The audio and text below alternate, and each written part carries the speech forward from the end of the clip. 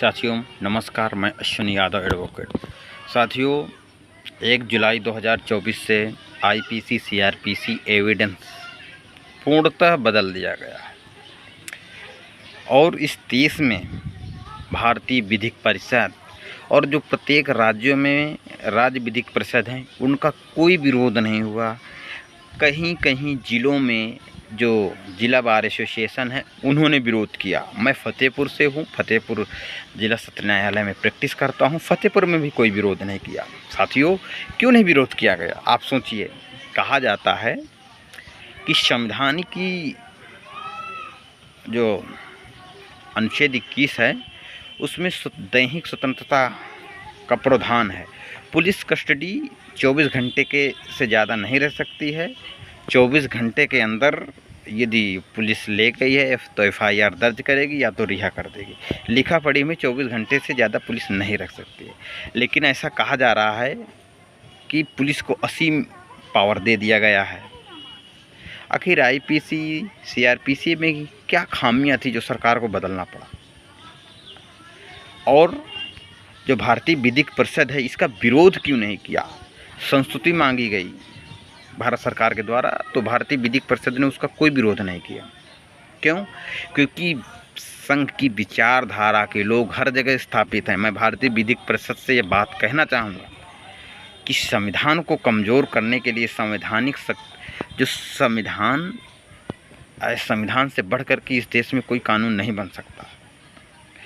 लेकिन इस देश में जब भी कोई सरकार होती है उसको न्यायपालिका से सदैव डर रहता है। न्यायपालिका से डरती है सदैव सरकार, चाहे इंदिरा गांधी की सरकार रहे हो या मोदी सरकार हो। इसीलिए न्यायपालिका से डर की वजह से ही कानून का बदलाव किया गया है, ऐसा मैं समझता हूँ। ऐसा क्यों?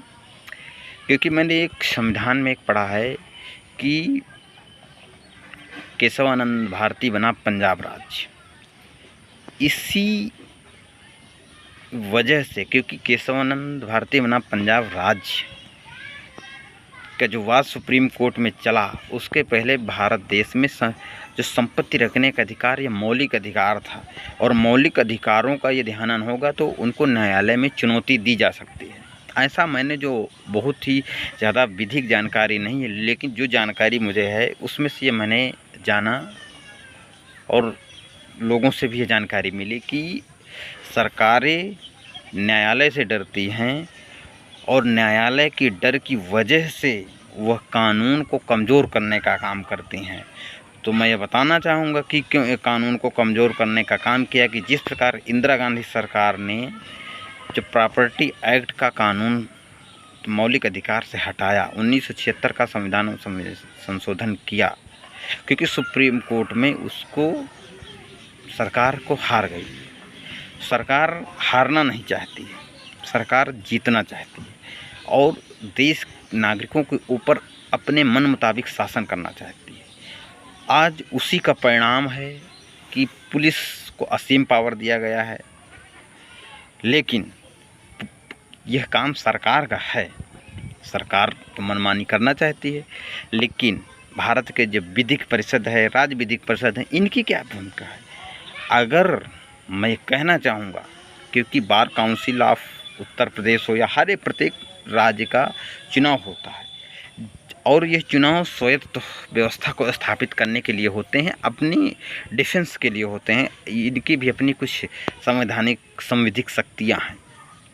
लेकिन जब इनको सरकार का आदमी बनकर के ही काम करना है, सरकार के इशारे में ही काम करना है, सरकार के द्वारा स्थापित व्यवस्था को काम करना है, तो मैं यह चाहूँगा कि जो लोग ये चुनाव लड़ रहे हैं उत्तर प्रदेश के बार काउंसिल के जितने भी सदस्य वर्तमान हैं उनसे मैं सवाल करना चाहूँगा कि जब आप लोग विरोध नहीं कर सकते हैं, अधिवक्ता देश का सबसे प्रबुद्ध वर्ग होता है, उसको बहुत कुछ जानकारी होता है कि किस कानून का सदुपयोग होगा, किसका दुरुपयोग होगा, किस कानून से इस देश के लोगों की क्या हानियाँ होंगी। लेकिन एक अधिवक्ता ही विरोध नहीं करता।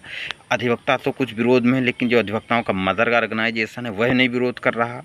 जब वो सरकार के नुमाइंदे बन रहे हैं तो मैं चाहूँगा कि आप लोग चुनाव क्यों कराते हैं, क्यों चुनाव लड़ते हैं? आप सरकार के जनप्रतिनिधि बन जाइए। मैं अपील करता हूँ और अनुरोध करता हूँ कि आप लोग जब सरकार के कहने से ही सब कुछ मान लिया है तो आप सरकार को लेटर लिखिए। और चुनाव क्यों लड़ रहे हैं आप? चुनाव इसलिए लड़ते हैं कि अधिवक्ताओं का शोषण किया जाए, जो रजिस्ट्रेशन का पैसा आता है सिर्फ माल लूटने के लिए आप लोग चुनाव लड़ते हैं। कोई आपको अधिवक्ताओं के सुरक्षा से कोई लेना देना नहीं है। जो हापुड़ में घटना घटी थी उसमें देखा गया कि किस प्रकार से सरकार के सामने सिलेंडर कर दिए बार काउंसिल के जो पदाधिकारी थे।